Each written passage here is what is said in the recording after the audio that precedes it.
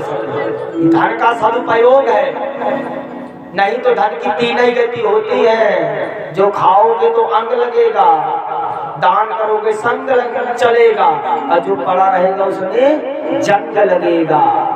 हाँ, तीन ही गति है धन की, बाकी कोई दूसरी गति है ही नहीं। तो इसलिए खाओ पियो, दान करो, छोड़ने की टेंशन मत करो। बनाने वाला तो अपने आप बना लेगा। हाँ, अगर बनाने वाला नहीं है तो आपकी बनी बनाई गृहस्थी भी बर्बाद कर देगा सरकार। तो इसलिए मनु महाराज प्रभु ने हेरक की सहायता से 7 समुद्र बनाए। पृथु महाराज ने यज्ञ किया। यज्ञ में साक्षात भगवान विष्णु प्रकट हुए, वरदान दे करके 1000 कान। हमारे आपके पास कितने कान हैं? कितने कान हैं हमारे आपके पास? 2 कान। महाराज ने कहा, महाराज अगर मुझे वरदान देना है तो आप ऐसा वरदान दीजिए कि मेरे पास 1000 कान हो जाएं। और 1000 कानों से क्या करूं? भगवान का नाम सुनूं, भगवान के नाम का संकीर्तन करूं। ऐसा कहते हुए वाल्मीकि महाराज ने भी कहा है कि कान समुद्र बराबर हो तो प्रभु की कथा सरिता के बराबर हो। जे श्रद्धा संबल रहे तो नहीं संतन कर साथ, और तिनकर मानस अगम नहीं, तिना ही न प्रिय रघुनाथ। प्रभु जैसे सरिता समुद्र में समा जाती है, वापस बाहर नहीं आती, इसी रूप में कथा जो हम सुने तो हमारे हृदय में समानी भी चाहिए। ये नहीं कि बस यही सुने और जैसे ही पंडाल पार किया और रोड पहुंचे तो कहाँ की कथा, फिर शुरू हो गई वही व्यथा। हाँ, पंडाल के बाहर जाते फिर वही व्यथा। नहीं, सत्संग किया पृथु महाराज ने, कथा किया, यज्ञ किया, कान मांगे प्रभु से, महाराज 1000 कान दे दो आप। इसके बाद वानप्रस्थ जीवन की देखिए, इन कथाओं से यही शिक्षा मिलती है। राजाओं के पास इतना बड़ा राजपाट था, सब कुछ था, लेकिन समय आने पर सब कुछ छोड़ करके चले जाते थे जंगल की ओर। और हम क्या करते हैं, जितना बुढ़ापा आता है, जितनी एज ढलती है, उतना चिपकते जाते हैं, चिपकते जाते हैं, चिपकते जाते हैं, इतना चिपक जाते हैं कि फिर वो फेविक्विक जैसा चिपक जाता है। हाँ, फिर वो छुटाई नहीं छूटता सरकार। और चिपकने का अर्थ फिर चिपके ही रह जाना। इसलिए जितने भी राजा हुए, राज्य का उपभोग किया, पाइप निकाल दो।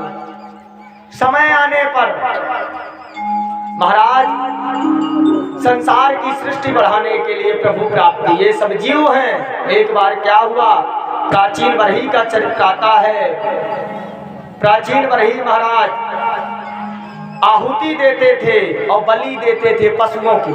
आज भी कुछ अज्ञानी लोग क्या करते हैं, पहले यज्ञ किया, हवन किया, फिर बकरे की बलि, मुर्गे की बलि। शास्त्र ने बलि को निषिद्ध कर दिया है।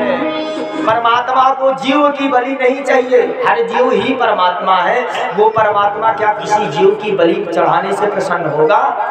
वो स्वयं जीवन देता है और वो किसी का जीवन ले सकता है? वो मूर्ख है, दुष्ट प्राणी कहना चाहिए जो बलि देते हैं। ऐसे ही महाराज प्राचीन बरही कर रहे थे, नारद जी आए, बोले राजन देख ले, तूने जिनकी बलि दी है, आकाश में सब तुझे तलवार लिए घूम रहे हैं मारने के लिए, और जब जाएगा तो तेरे 1000 टुकड़े करेंगे। ये सब डराया। बोले महाराज स्वर्ग तो बहुत दूर है, नरक में भी जगह नहीं मिलेगी तुझे। प्रथु महाराज प्राचीन बरही को समझाया कि एक जीव कैसा मित्र के साथ यात्रा कर रहा है। देखो इस शरीर में कितने दरवाजे हैं, 9 दरवाजे हैं। 5 फन वाला सांप उसकी रक्षा कर रहा है। इसमें प्रवेश किया, मित्र ने मना किया तो जीव ने प्रवेश किया। वहां एक प्रमदा देखी। क्या देखी? एक नारी। प्रमदा कुछ नहीं है, क्या है? बुद्धि है। 9 दरवाजे यानी यह शरीर, 5 फन वाला सांप यानी 5 प्राण। कौन से प्राण आए? अपान, व्यान, समान, उदान, ये 5 प्राण कहे जाते हैं। ये 5 प्राण शरीर की रक्षा कर रहे हैं और खूब भोग दिया इस बुद्धि ने। इस बुद्धि ने जैसा कहा वैसा हमने खाया, वैसा हमने पिया, वैसा हमने रहा। अंत में काल नाम की कन्या उसके पास आई। नारद ने पुरंजन का आख्यान सुनाया प्राचीन बही को मुक्ति दिलवा दी। राजा तो चले गए, राजा नहीं थे तो प्रजा नहीं रही, नारी जंगली हो गई। अब यहाँ प्रभु की प्राप्ति प्रचेताओं ने की। प्रचेताओं का लग्न मरीसा के साथ हुआ, जो दक्ष प्रजापति का दोबारा जन्म हुआ। ऐसी कथा है। अंत में सुखदेव महाराज ने कहा, परीक्षित, यदि भाई भाई में प्रेम बढ़ाना हो तो रोज सवेरे इन प्रचेताओं को याद करना चाहिए, जिससे भाई भाई में, आजकल भाई भाई में क्या होता है, सबसे ज्यादा केस किसके चलते हैं, भाई भाई के। एक हाथ जमीन में भाई भाई का कत्ल कर देता है, जमीन तो यहीं पड़ी रह जाती है, ना वो यहाँ जाते ना वहाँ जाते, और जाने वाले चले जाते हैं, जमीन का कुछ नहीं होता। महाराज, बड़ा भाई हो या छोटा, अगर एक हाथ ले लेगा तो ले लेने दो, लेकिन लड़ो नहीं। अगर आपको ठाकुर जी देना चाहेगा तो 4 हाथ अलग से देगा। उस एक हाथ जमीन में क्यों किसी के प्राण लेना? अरे भाई तू ही ले ले, लेकिन नहीं, उस जमीन के खातिर हम जीवन भर अपने भाई से बैर कर लेते हैं, बोलते नहीं है। कोई घोर संकट आ जाता है तो उसकी सहायता के लिए नहीं जाते। अरे एक माँ की संतान हो करके और ऐसे आचरण। कलयुग बैठा मार कुंडली, जाऊं तो मैं कहाँ जाऊं, अब हर घर में रावण बैठा, इतने राम कहाँ से लाऊं। कलयुग बैठा मार कुंडली, जाऊं तो मैं कहाँ जाऊं, अब हर घर में रावण बैठा, इतने राम कहाँ से लाऊं, इतने राम कहाँ से लाऊं। कलयुग बैठा मार कुंडली, कलयुग बैठा मार कुंडली, जाऊं तो मैं कहाँ जाऊं, अब हर घर में रावण बैठा, इतने राम कहाँ से लाओ, इतने राम कहाँ से लाओ। जय हो।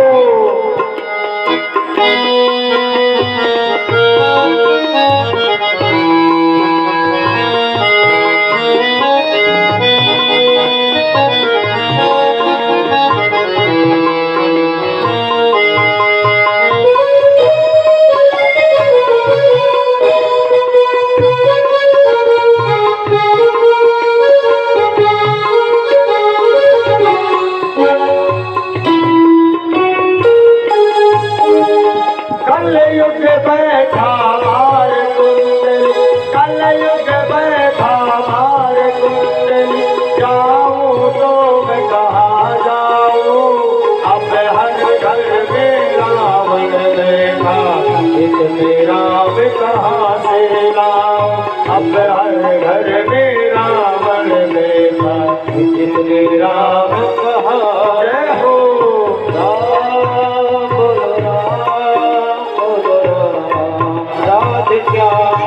आप खोल के बोलिएगा, ताली बजा के बोलिएगा। जय हो सभी लोग। हरे राम राधे श्याम।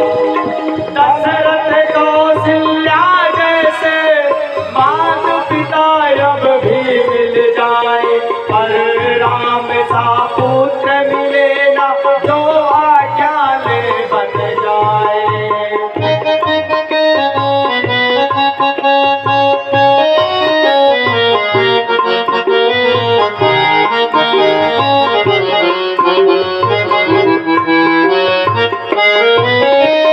दशरथ कौशल्या जैसे माता पिता अब भी मिल जाए, पर राम सा पुत्र मिलेगा, जो आज्ञा ले बन जाए। भरत लखन से भाई को मैं, भरत लखन से भाई को भी ढूंढ कहाँ से अब लाऊं, अब हर घर में रावण बैठा, इतने राम कहाँ से लाऊं, इतने राम कहाँ। जय हो। इतने राम कहाँ से लाऊं।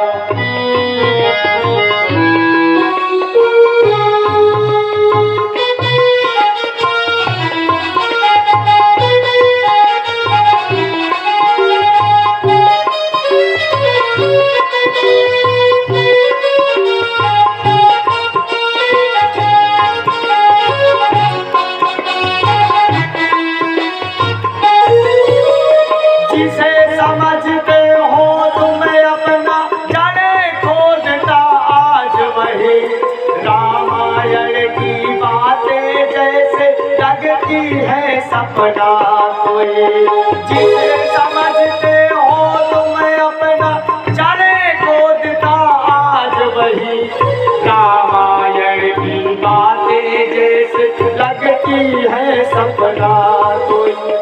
तब की दासी एक मंथरा, तब एक ही दासी थी, हाँ तब थी दासी एक मंथरा, आज वही घर घर पाओ। अब हर घर में रावण बैठा, इतने राम कहाँ से लाओ।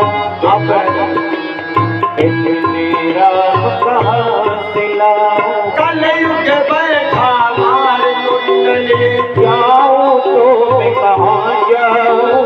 अब हर घर में रावण बैठा, इतने राम कहाँ से, इतने राम कहाँ से लाओ। इतने राम कहाँ से लाओ। बोलो राम बोलो राम बोलो राम राम राम, बोलो राम बोलो राम बोलो राम। सीताराम सीताराम सीताराम सीताराम, राधे श्याम राधे श्याम सीताराम राधे श्याम। वृंदावन हरि लाल की।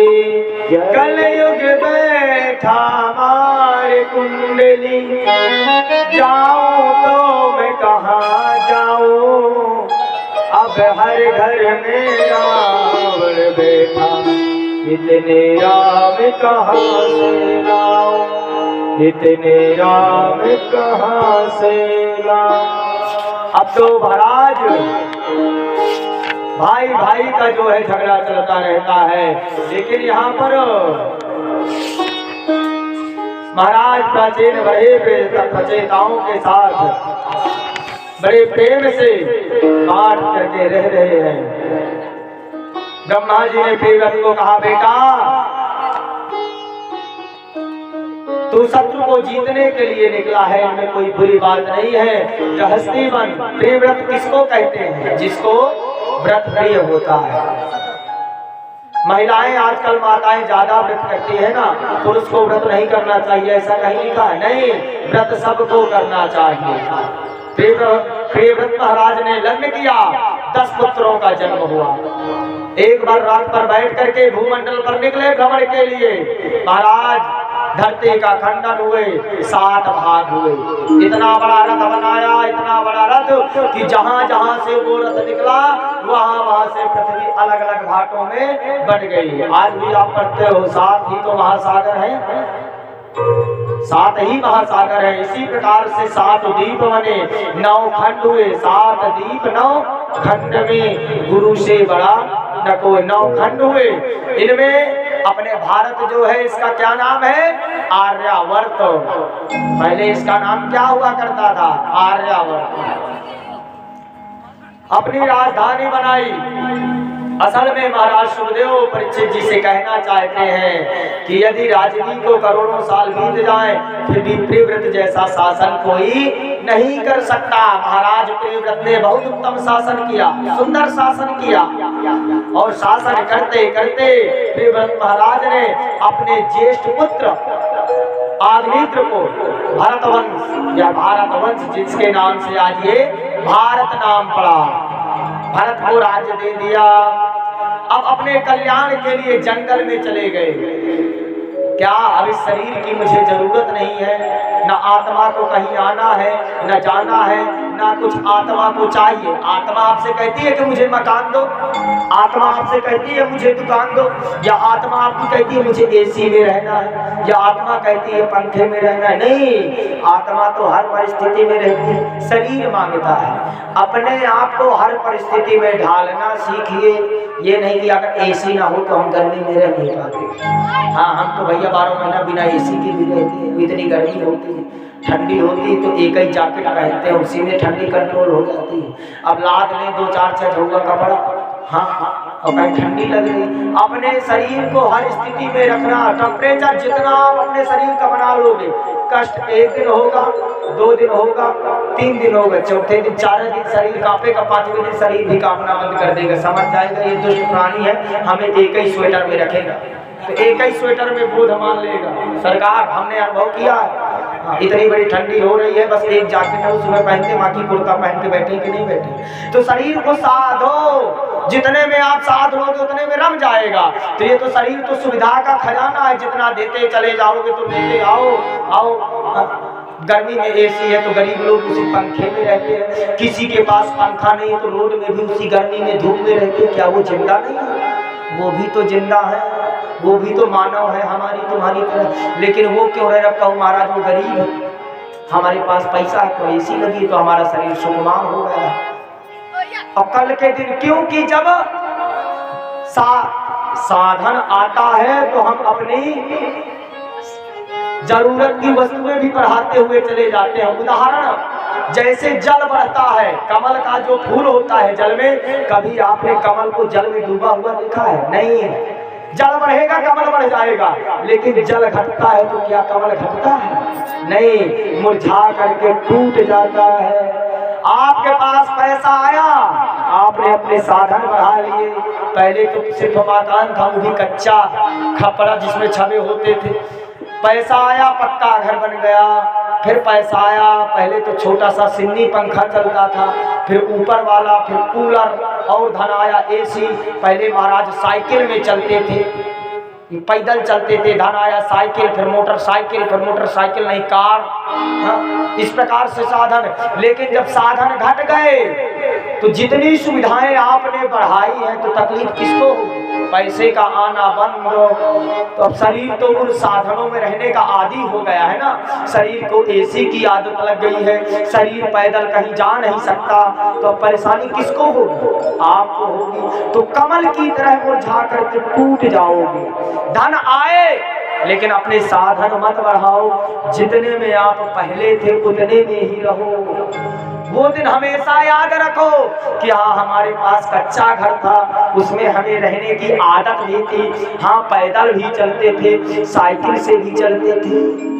और जब साइकिल को चलाना छोड़ दिया और पैदल चलना छोड़ दिया, 8-10 सालों से मोटरसाइकिल से चल रहे हैं, और फिर कहा जाए महाराज 5 किलोमीटर पैदल जाना है, तो क्या गति होगी? पसीने छोड़ दोगे, आधे में बैठ जाओगे। इसलिए हमेशा वही अभ्यास रखो कि मोटरसाइकिल हो या ना हो, कार हो या ना हो, लेकिन हम उतने में ही रहेंगे, मुरझा करके टूटना नहीं है। पानी में नाव चले तो चले, मत नाव में पानी आने दो। संसार में सब कुछ है, हाँ, लेकिन अपने अंदर मत भरो संसार को। संसार तुम्हारे रहने के लिए है, लेकिन मन में संसार नहीं बसाना चाहिए। और जब मन में संसार बस जाता है तभी दुखों का पहाड़ शुरू हो जाता है।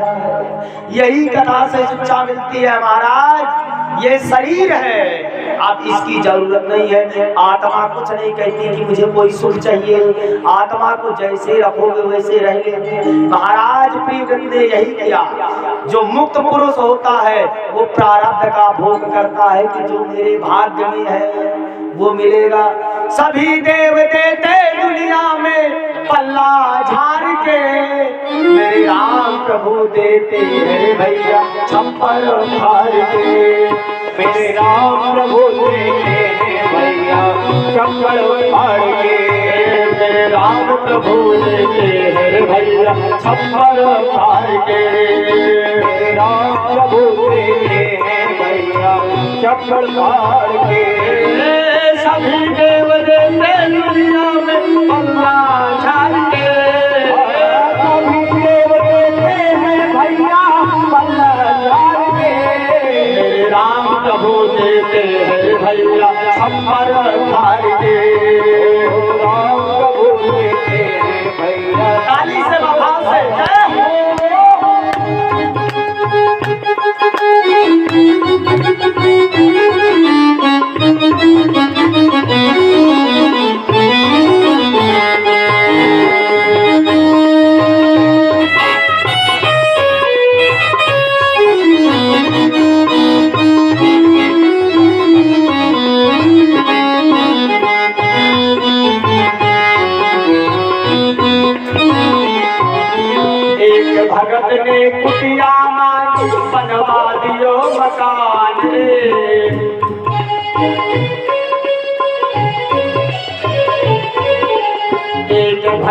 ने कुटिया मांगी बनवा दियो मकान रे। एक भगत ने कुटिया मांगी बनवा दियो मकान रे। किसी ने मांगी 2 रोटी तो खुलवा तुरंत दुकान रे। किसी ने मांगी 2 रोटी तो खुल दियो दुकान रे। अयोध्या में बैठे ये तो झंडा गाड़ के, अयोध्या में बैठे ये तो झंडा गाड़ के। वृंदावन में बैठे ये तो झंडा गाड़ के। वृंदावन में बैठे ये तो झंडा गाड़ के। राम प्रभु देते हैं भैया छप्पर फाड़ के। राम प्रभु देते हैं भैया छप्पर फाड़ के। जय हो भाव से।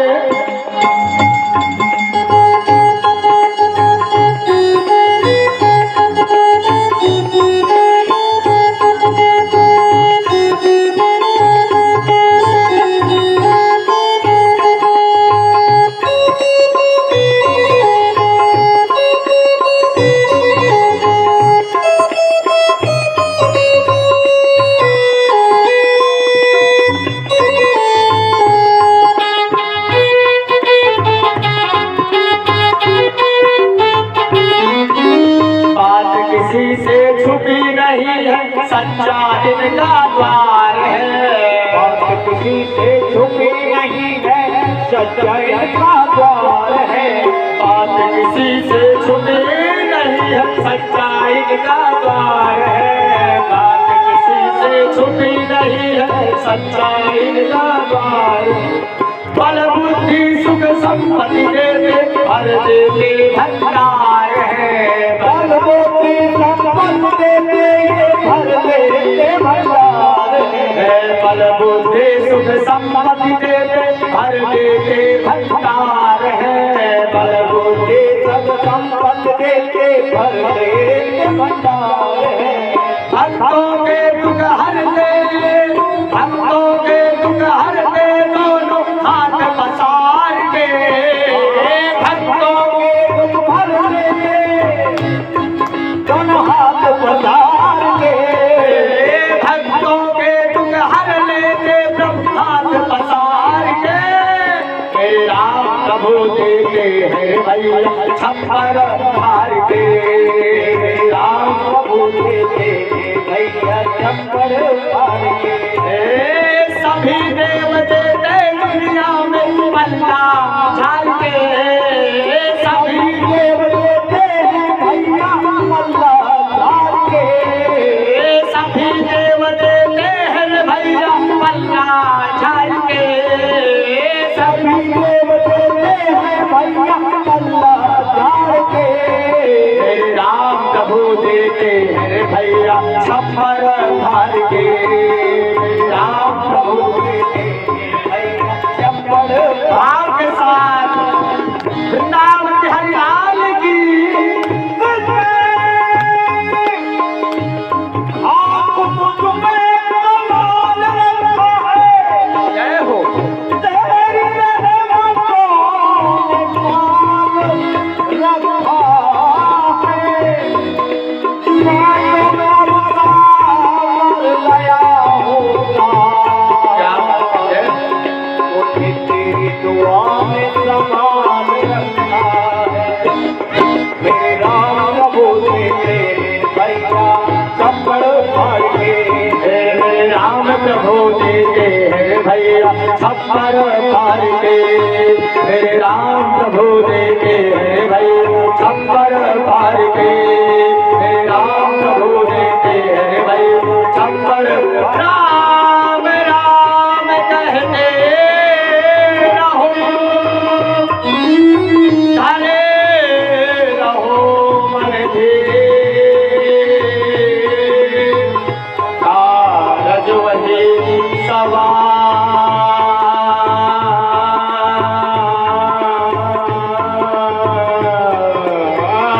है। श्री कृपा सिंधु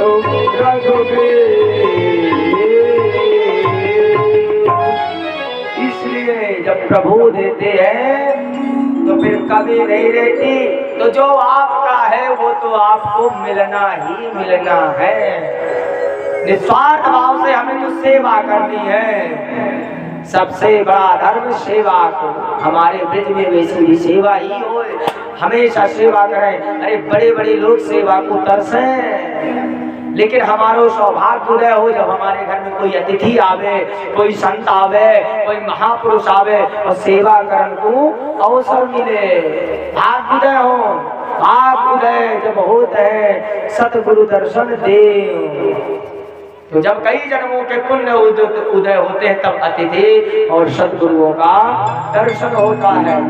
यहाँ पर प्रेमव्रत महाराज ने मुक्त शरीर को बताया कि सब मुक्त है जो, उसे कुछ नहीं चाहिए। इसी प्रकार से ऋषभ जी का चरित्र आता है। ऋषभ का अर्थ क्या है? ऋषभ का अर्थ है ज्ञान की शोभा। श्रीमद् भागवत में, महापुराण में 2 प्रकार के परमहंस हैं, वो भी पंचम स्कंध में। एक तो ज्ञानी परमहंस और दूसरे भक्त परमहंस। ज्ञानी परमहंस और भक्त परमहंस में इतना फर्क है कि ज्ञानी जब स्त्री को देखते हैं तो उनके मन में विचार आता है कि इसमें कुछ नहीं है, ये माँ है या फिर हड्डी है इस शरीर में, मज्जा है, मलमूत्र है। मन में आसक्ति नहीं होती, माँ का स्वरूप नजर आता है या बहन का स्वरूप नजर आता है, ये ज्ञानी में है। और भक्त लोग जब स्त्री को देखते हैं तो साक्षात लक्ष्मी मैया का दर्शन करते हैं कि ये नहीं कुछ नहीं, माँ लक्ष्मी है। दोनों स्थिति में भूमिका एक है, लेकिन दोनों निरासक्त रहते हैं, आसक्त नहीं होते। इसी प्रकार से ऋषभदेव जी महाराज आए। ऋषभदेव यानी ज्ञान की शोभा, और जब ज्ञान की शोभा शरीर पर आती है तब कुछ अलग ही चमक होती है। कल भी मैंने बताया था ना कि आंख का काम है देखना, लेकिन क्या देखती है और कैसा देखती हो, कैसा दिखाना है, ये निर्भर आप और हम पर ही करता है। क्योंकि जैसी जिसकी वृत्ति वैसा उसको दिखेगा। अगर वृत्ति गंदी है तो गंदा ही दिखेगा, अगर वृत्ति अच्छी है तो अच्छा ही दिखेगा। क्योंकि देखना हम सब आपको है। इसी प्रकार से ऋषभदेव जी महाराज ने 24 अवतारों में से एक है। बोले ऋषभदेव जी महाराज की। सभी तीर्थकरों में उनकी प्रथम गिनती है। लगन किया तो 100 पुत्र हुए। 12 साल तक इंद्रदेव ने पानी नहीं बरसाया। इंद्र यानी कर्म प्रधान देव। ईश्वर्या हुई, ईश्वर्या के कारण इंद्र ने वर्षा नहीं की। ऋषभदेव जी को पता चला कि ये मुझसे ईश्वर्या करते हैं। इन्होंने संकल्प किया और संकल्प मात्र से वर्षा हो गई। इंद्र की 2 संतानें हैं, एक पुत्र है जयंत और दूसरी है पुत्री जिसका नाम है जयंतिका। जयंतिका के लिए कोई योग्य वर नहीं मिल रहा था तो ऋषभदेव ने उनकी परीक्षा की, कोई योग्य पुरुष दिखाई दिए। उसके साथ अपनी पुत्री का लग्न करवाया और 100 पुत्र हुए। 100 में से 81 क्या हो गए? कर्मकांडी ब्राह्मण बन गए, पंडित बन गए। बाकी जो बचे उसमें 9 योगेश्वर हो गए। इनकी कथा आगे 11वें स्कंध में आती है। योगेश्वर संवाद आता है। अब ऋषभदेव की एक बड़ी अच्छी रीति थी। सायंकाल उनका सारा परिवार एक साथ बैठ करके सत्संग किया करता था। आज कितने इतने परिवार हैं, इतने घर हैं यहाँ पर। कौन सा ऐसा परिवार में रिवाज है जहाँ शाम को आप बैठ करके बच्चों के साथ सत्संग करते हो? हाथ जरा ऊपर करना। कितनी माताएं बहनें अपने बच्चों को बिठा करके कहती हैं आओ सत्संग करो, या रामायण सुनाती हैं या गीता सुनाती हैं? नहीं, बाहर कहीं चबूतरा होगा, 4 माताएं इकट्ठी होगी, स्वयं का चपड़ा लग जाता है, लेकिन बच्चों का सत्संग नहीं होता। इसीलिए घर में सयाने पुरुष की आवश्यकता होती है। सयाने पुरुष का फर्ज है कि सभी घर वालों की इकट्ठा करे, शाम को रामायण या गीता डांट करके चाहे फटकार करके बैठार करके आप सुनाओ, और उसका असर होता है बच्चों पर। जैसा सुनेंगे वैसा ही तो बोलेंगे, जैसी करनी वैसी भरनी। तो आप करनी अच्छी कराइए तो भरनी भी अच्छी होगी। बाढ़े पुत्र पिता के धर्मा, खेती उपजे अपने कर्मा। अगर खेती में समय पर बीज ना बोया जाए, समय पर खाद ना दी जाए, समय पर पानी ना दिया जाए, तो खेती भी मन की नहीं होती। इसी प्रकार बच्चे हैं, समय समय पर इन्हें ज्ञान रूपी खाद, ज्ञान रूपी पानी और ज्ञान रूपी बीज ना दिया जाए तो ये भी अच्छे से नहीं होते।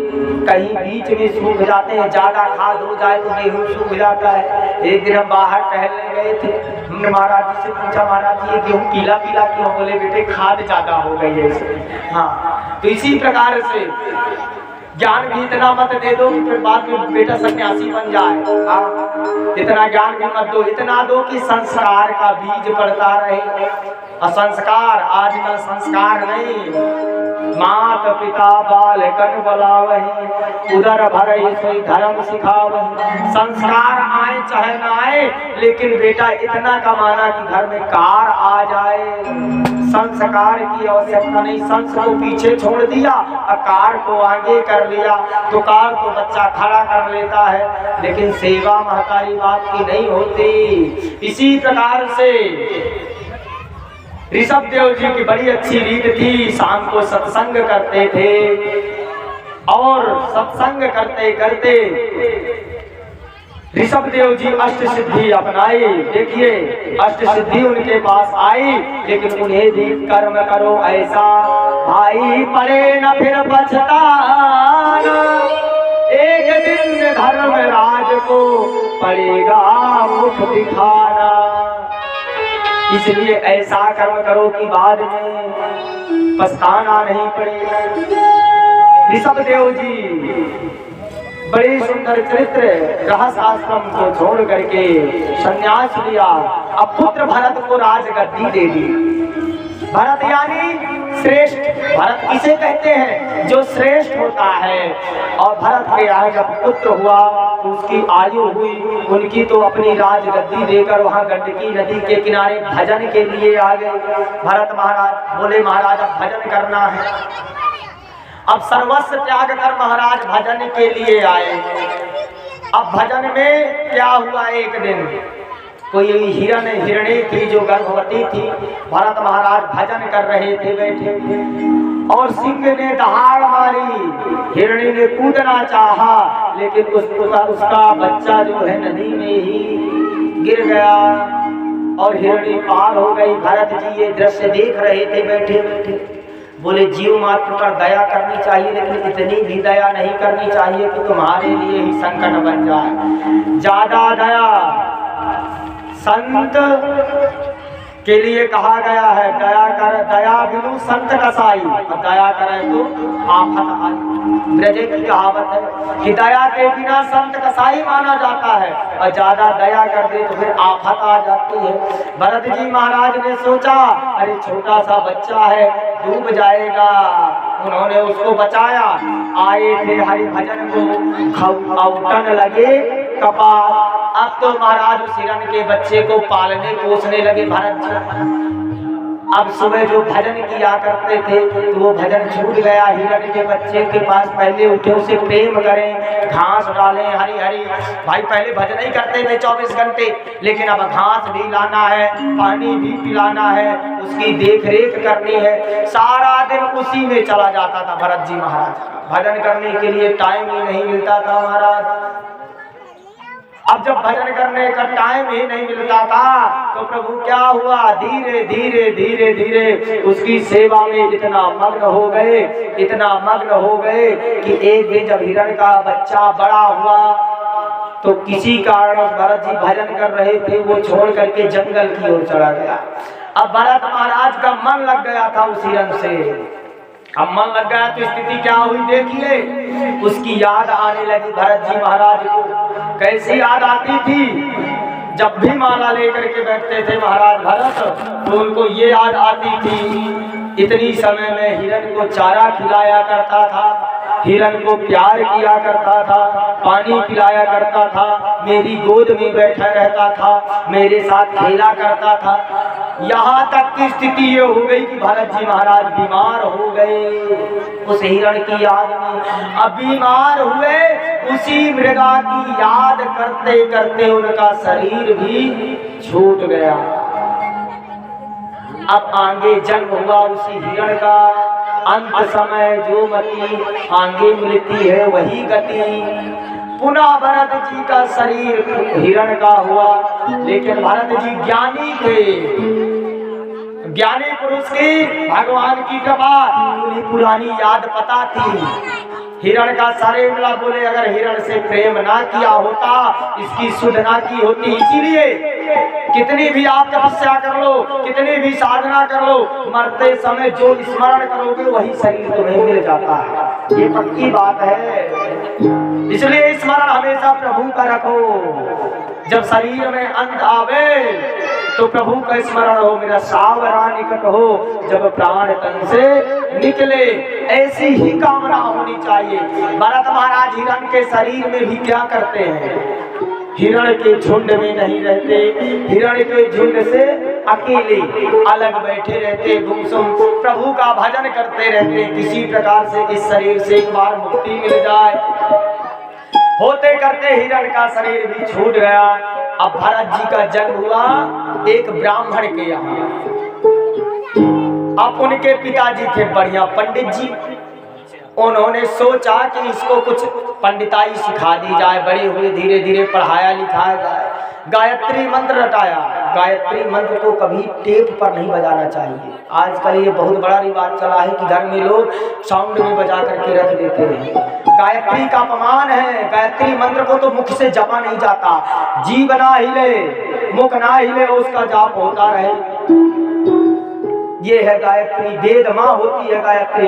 गायत्री मंत्र को कभी टेप पर मत बजाइएगा। जो बजाते हो तो आज से संकल्प कर लो, घोर अनर्थ है, घोर पाप है। हाँ, श्री राम जय राम बजा लो, लेकिन उसे टेप में नहीं बजाया जाता। ब्राह्मण आज भी अगर हम जाप करते हैं, संध्या करते हैं, तो मुंह नहीं चलता, मन ही मन जाप होना चाहिए। तन मन के ओंठ जब हिलती है तो उसका 2 गुना, लेकिन जो मानसिक जाप होता है उसका 4 गुना फल मिलता है। जैसे मानसिक पूजा, पूजा भी 3 प्रकार की, कायिक, वाचिक, मानसिक। काया से क्या है, हम शंकर जी को जल चढ़ाने जाते हैं, ये हो गई काया से। वाणी से हम मंत्र बोलते हैं, श्लोक बोलते हैं और प्रभु को रिझाते हैं, ये हो गई वाणी से। इन सब में थोड़ी बहुत तो खर्चा है। अगर वाणी से करनी है तो ठीक है, लेकिन काया से करनी है तो फूल चावल खरीद के लाना पड़ेगा। लेकिन मानसिक पूजा में कोई खर्च है? कोई खर्च नहीं। 1 लोटा जल चढ़ता है काया से, लेकिन मन से कह दो प्रभु आज पूरा ड्रम भर पानी आपके लिए, तो न पानी लेने जाना है, न पानी मंदिर में चढ़ाने जाना है। धारे में बैठे बैठे एक सेठ जी थे, बड़े कंजूस थे।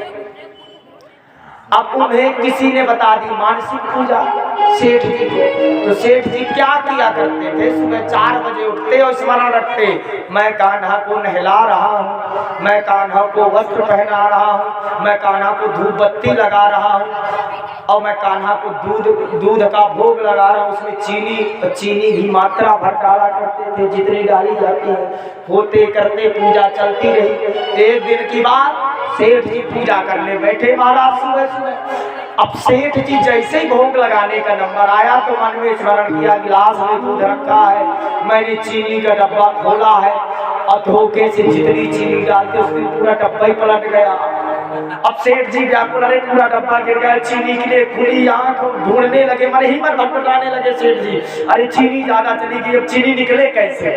अब वो चीनी निकले कैसे? दूध सेठ जी झटपटा उठे, आंख खोली सेठ जी की, अरे ये तो मन से मैं कर रहा था, इसमें कुछ लग नहीं रहा था। तो मानसिक पूजा, रोज 1 ही गिलास दूध चढ़ता है सूजी पर, लेकिन मन से तो पूरा 10 लोटा दूध चढ़ा दो और मिल गया शिव जी को। शिव जी ऐसे देव है कि आप पूजा तो करिए तुरंत प्रसन्न होते हैं। तो सबसे बड़ी पूजा मानसिक पूजा। हाँ, शरीर जाए मंदिर चाहे ना जाए, वाणी जाए मंदिर चाहे ना जाए, लेकिन मन चला जाए मंदिर तो समझ लो आपकी पूजा हो गई। माताओं, इसी प्रकार से जीव मात्र पर दया होनी चाहिए। अब तो क्या हुआ, पुनः पंडित जी का जन्म हुआ, भरत जी का। पिताजी ने गायत्री मंत्र रटवाया, नचा। याद तो कर लेते लेकिन जानबूझ के याद नहीं किया कि मंत्र याद हो गया, आज गायत्री मंत्र याद हो गया तो कल पिताजी कहेंगे स्वस्ति वाचन याद कर ले। स्वस्ति वाचन याद होगा, फिर 2-4 मंत्र और रटाएंगे, फिर इसके बाद कहेंगे बेटा झोला ले या कुछ पूजा कराया। फिर वही माया, मैं इस माया से मुक्त होने के लिए आया हूँ। अब पिताजी फिर वही माया में फंसा रहे हैं। किसी काम के लिए उन्हें कहा जाए, खेती बाती की महाराज मेड़ बनाया तो मेड़ कहा जाए तो मेड़ा बना देते थे। बेटा गड्ढा खोदना है तो कुआं खोद दे, ऐसा काम था। मतलब जो भी काम करे उल्टा करे। होते करते बेटा कितना भी नालायक हो, कितना भी दुष्ट हो, माता पिता उसे झेल लेते कि नहीं झेल लेते, कैसा भी हो झेल लोगे आप। लेकिन भैया और भाभी नहीं झेलते। हाँ, भैया भाभी नहीं झेलते, माता पिता। माता तो झेल गए, पिता तो झेल गए, जैसा था वैसा था। अब माता पिता का शरीर शांत हो गया, अब आई भाई भाभीयों की बारी, तो बैठे बैठे कब तक खाएगा। यहाँ तक कि भाई भी झेल जाएगा, लेकिन जिस दिन से भाभी आ जाएगी उस दिन से झेलना मुश्किल हो जाता है। बैठे बैठे खाता है, कोई काम धंधा नहीं है, पड़ा रहता है यहीं पर, कुछ काम करे। हाँ, इतना बड़ा शरीर किस लिए मिला है। तो भाइयों ने क्या कहा, खेत में मक्का बो रखा था, बोले जाओ वहां पर, अगर खेत में कहा जाए पानी लगाओ तो इतना पानी भर दे कि पता चले फसल सड़ जाए। हाँ, और जो कहा है खेत में जाके सोना है तो सोने के अलावा पता चले बैठे रहे और खेत में जानवर पड़े हैं तो मन में विचार आ रहे, सब अपने अपने भाग्य का खाते हैं, इनका भाग्य है, अपने भाग्य का खा रहे हैं, कौन सा मेरा खा रहे हैं, जो मेरा होगा मुझे मिलेगा। भाई ने देख लिया, बोले मैंने तुझे खेत यहाँ देखने के लिए भेजा तो बैठे क्या कर रहा है। डाटा भाई ने। एक दिन की बात, मक्का बोए हुए थे खेत में, चिड़िया चुग रही थी तो भारत जी डुबलिया लेकर के उनमें पानी बांध दिया और क्या कहने लगे, राम जी की चिड़िया राम जी का खेत, खाओ मोरी चिड़िया भर भर पेट। राम जी की चिड़िया राम जी का खेत, खाओ तुम्हारे भर भर पेट। राम जी की चिड़िया राम जी का खेत, खाओ मोरी चिड़िया भर भर पेट। राम जी की चिड़िया राम जी का खेत, खाओ भर भर तुम भर के पेट। अब ऐसा कहते थे, वहां से आ गए उनके भैया। भैया ने कहा, देखा, बोले तू यहाँ बैठे बैठे भजन कर रहा है और राम जी की चिड़िया राम जी का खेत, खाओ पूरी चिड़िया भर भर पेट। अब तू घर से निकल जा, कोई काम नहीं है। घर से निकाल दिया। रात में सो रहे थे एक जगह पर, यहाँ पर एक कथा आती है, कुछ डाकू थे, वो कोई तांत्रिक सिद्धि कर रहे थे, तो बलि देने के लिए एक मनुष्य नर बलि चाहिए थी। और बलि कैसी, जो खंडित ना हो। तो महाराज जड़ भरत को देखा उन्होंने, जैसे ही देखा बोले बढ़िया हष्ट पुष्ट है, इसको ले चलो। भारत महाराज बोले भाले, ले गए। भारत जी को बढ़िया नहलाया धुलाया, 56 प्रकार के भोजन कराए। भारत जी ने, वाह आज तो हमारी बहुत दिनों बाद ऐसा सुंदर भोजन मिला है। भाभियां तो खाना भी नहीं देती थी क्योंकि काम कुछ करते नहीं थे, तो ना भाभी खाने के लिए जैसा मिल जाए रूखा सूखा वैसा बेचारे खा लेते थे, उतने में ही अपना जीवन चलाने लगते थे। ये हाल भरत जी का था। लेकिन उस दिन तो भैया खूब मालिश हुई शरीर की और खूब बढ़िया बढ़िया व्यंजन मिला। भरत जी ने बड़ी खुशी से कहा, बोले वाह, बोले अब तू रख दे यहाँ पर सर काटने के लिए। जैसे ही सर रखा तो काली माता को ऐसी बलि स्वीकार नहीं की जो स्वयं भगवान का भक्त हो। काली मां स्वयं उस मूर्ति को फाड़ करके प्रकट हुई और डाकुओं को मार डाला। अब भरत जी महाराज वहां से उठ करके आए, बैठे हुए थे जंगल में। एक राजा की पालकी जा रही थी, राजा का नाम था रहुगढ़। पालकी से नित्य सत्संग करने जाया करता था कपिल मुनि के पास। एक दिन किसी कारण उसका कोई कहार बीमार पड़ गया, दर्द होने लगा, तो बोले कोई राज्य हमारा ही है, कोई व्यक्ति इधर उधर बैठा होगा, उसे ढूंढ करके लाओ। अब कहारों ने ढूंढना शुरू किया तो भारत जी महाराज मिल गए। अब भरत जी महाराज को जो वही पालकी पकड़ाई तो भरत जी महाराज जीव मात्र पर दया करने वाले थे। अब वो कहीं भी चींटी देखे तो उचट जाए, चलते चलते उचट जाए। अब जैसे उछले तो राजा के पालकी सर में लगे। एक बार फिर आगे चले, कोई चींटी चींट आए फिर उचट जाए। फिर राजा को धक्का लगा, बोले ये कहार क्या? बोले महाराज हम कुछ नहीं कर रहे, जो नया कहार लाए ये सब डिस्टर्ब कर रहा है। बोले राजन अगर अगली बार से गलती हुई तो समझ लेना। अरे होते करते कुछ देर यही चलता रहा, एक बार ऐसा झटका लगा कि पालकी सीधे सर में लगी। राजा ने बोले रखो पालकी। राजा भरत से कहा इतना बड़ा शरीर लिए है, इतना बड़ा शरीर है और जो है तू संभल करके चल नहीं पा रहा है, ढंग से पालकी नहीं हाँकी जा रही है। राजा भरत भक्त पुरुष थे, बोले अगर आज मैं नहीं बोलता, क्योंकि राजा ज्ञानी था और ज्ञान लेने जा रहा था, कपिल मुनि का सत्संग कर रहा था। राजा को ज्ञान नहीं था कि जो पालकी हाँक रहा ये सिद्ध पुरुष है, मुक्त पुरुष है, बुद्ध पुरुष है। राजा डांटता रहा, लेकिन राजा जड़ भरत बोल पड़े, राजा नो तू क्या कह रहा है?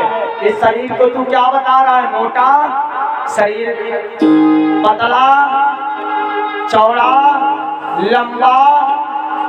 राजन ये सब शरीर के गुण हैं, मैं शरीर नहीं हूँ, मैं अजर अमर अविनाशी आत्मा हूँ, अहम ब्रह्मास्मि। ये शरीर का काम है मोटा होना, शरीर का काम है पतला होना, शरीर का काम है लंबा होना, ये सब मेरे गुण नहीं हैं, ऐसा बता रहे हैं, उपदेश देने लगे। अब जैसे उपदेश दिया राजा को ज्ञान हुआ, क्योंकि इसी प्रकार संत आते हैं, अभी तो जगाया प्यारे फिर सो गाया, चल परदेसी अब सवेरा